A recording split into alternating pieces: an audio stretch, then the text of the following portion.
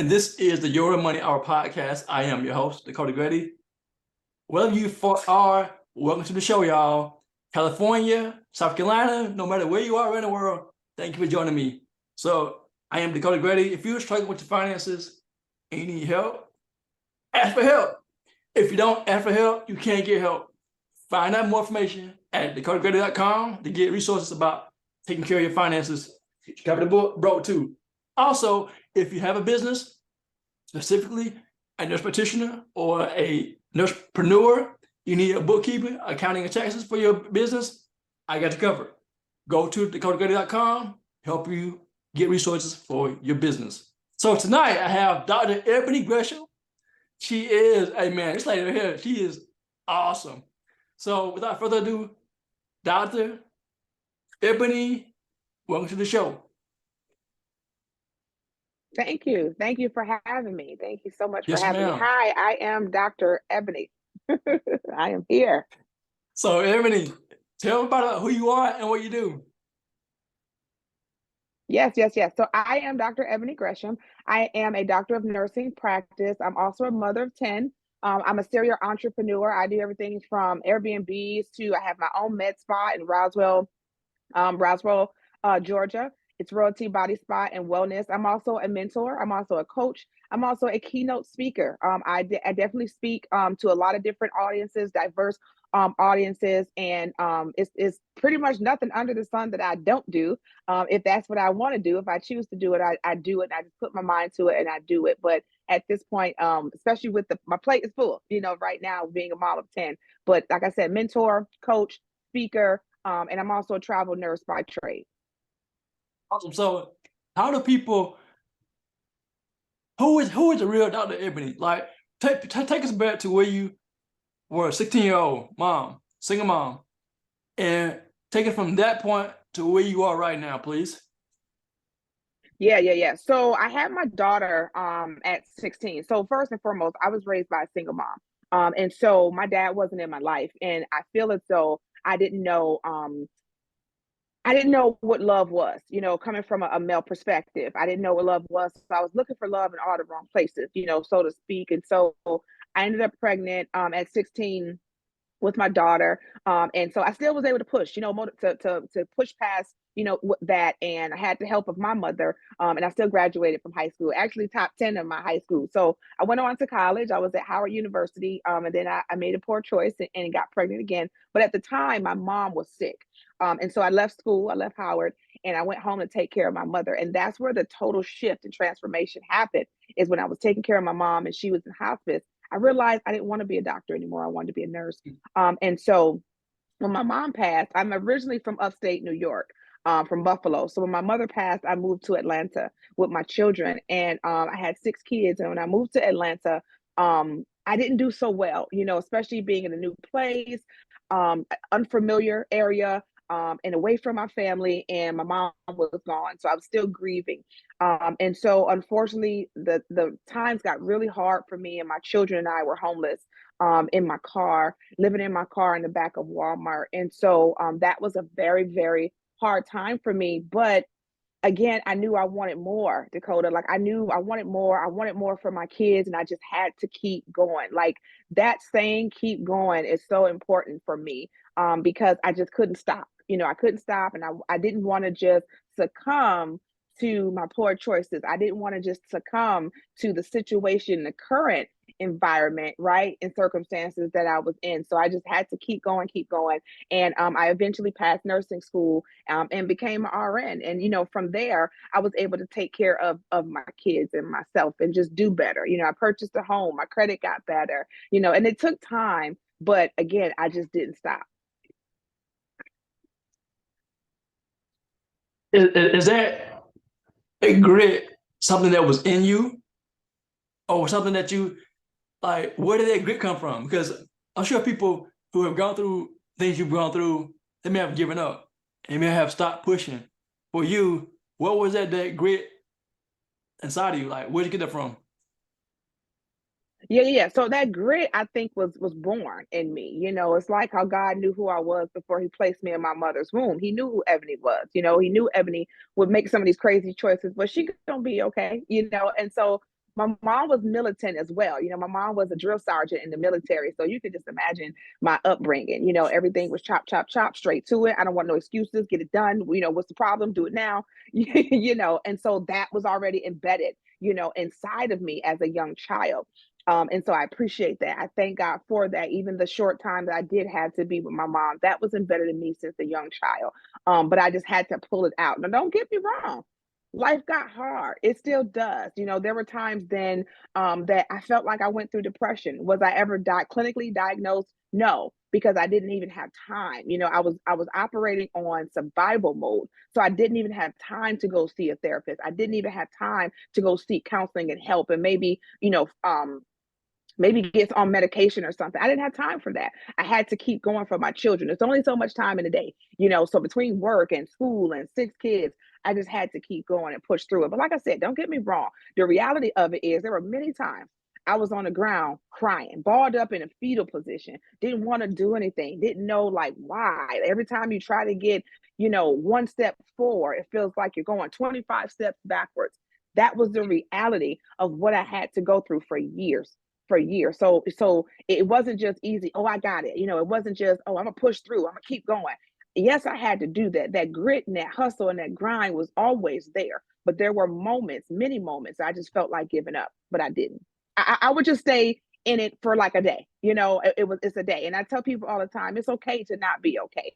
Just don't stay stuck in it. We're human. You got feelings, you have emotions. Deal with them. Deal with it. It's. How you deal with it. Question for you. Now you're married. Now you're Mrs. Yeah. Dr. Ebonee Gresham. Talk about that. Like, how did your husband feel about you having that many children? Because some people are like, yo, I ain't married somebody got kids. So how did your husband come to you and say, I'm going to take you and your kids? Talk about that. Right. So at first, my husband didn't know I had 6 kids. So Oh, wow. I didn't. Well, let me say it like this: when I first met him, we were dating. We didn't really talk about children and stuff like that yet. Once I revealed to him how many children that I had, because I don't just walk into a relationship. Hey, this is what I do. This is how much money I got. This is what's going on. Like, no, you get to meet each other, and eventually that comes out. How many children do you have? And so once I told him, he didn't believe me. He was like, "It's no way." It's no way, you have this many kids, because I was 29 years old. He's like, it's no way. You don't look like you even have 3. And I'm like, I have 6. So once I introduced them to him, it probably was about 6 to 8 months later during our dating process. He just fell in love with them, because I wasn't looking for a baby daddy. I wasn't looking for somebody just to come in and take care of my kids. I was looking for a companion. I was looking for a soulmate. I was looking for a best friend, and once you marry that person, you marry the whole person, that whole person, including the kids, and so it just all worked out. But I know there's a lot of people that will say to me when I was younger, nobody gonna want you because you got that many children. And I am here to step on the devil's head and say, Satan, get behind me. And to say the same thing to other women that got 2, 3, 4, 5, 6 babies. Do not ever feel like a man, because I'm gonna say it again, not a boy. A man is not going to want you. A real man sees past that, because first of all, it takes a village to raise children. And these days and times, Dakota, a lot of people have blended families. That's not new. That's nothing new under the sun. You know what I mean? So as long as you're doing the best that you can as a single mother, raising your children and making sure that they have that structure, that foundation, that spiritual, wholeness that they need to have, and they're pretty, good, well-rounded kids, a boy, I can't talk about a boy, but a man is not going to worry about that. And then the good thing is my husband, he came to the table and he had 2 children, he had 2. So, I mean, and they fit right in like a glove with my children, because I have 2 18-year-olds, and people will say, are they twins? And I'm like, no, it's just one from, on my husband's side and one from mine. So they fit right in like a glove. If it's meant for you, it's meant for you. Do not ever let anybody tell you that a man is not going to want you because of the number of children that you have. Wow. So mom and dad got 7 kids. But yeah, they got 7 kids. I mean, so it's like, but y'all got to beat though by 3. So talk about how important Right. how important is families to you? I mean, you got 10 children. How important is it to you to be not only a mom or a wife, a mom to your kids, and just be involved? Because I mean, and when, how do you have time? You make time. You make time for whatever it is you want to do, right? So you make time. My family comes first in everything that I do. My family, well, God is first, and then my family. So before me being an entrepreneur, before me being a speaker, before me being a nurse, anything of that nature, my family comes first. So it's God, my husband, my family. That's how we roll. And you have to know that. I don't put anything over my family, not finances, Mm, nothing goes before my family. Even when I was working in corporate, I would let them know, like, hey, I got to get my kids off on the bus. So if you want me to work here, I got to make sure that my kids are well first, and that's just the way that it goes. Because I remember the day where I couldn't, I wasn't able to do that, to make those type of, choices and decisions. Now I am. I can come to the forefront and say, my kids are first.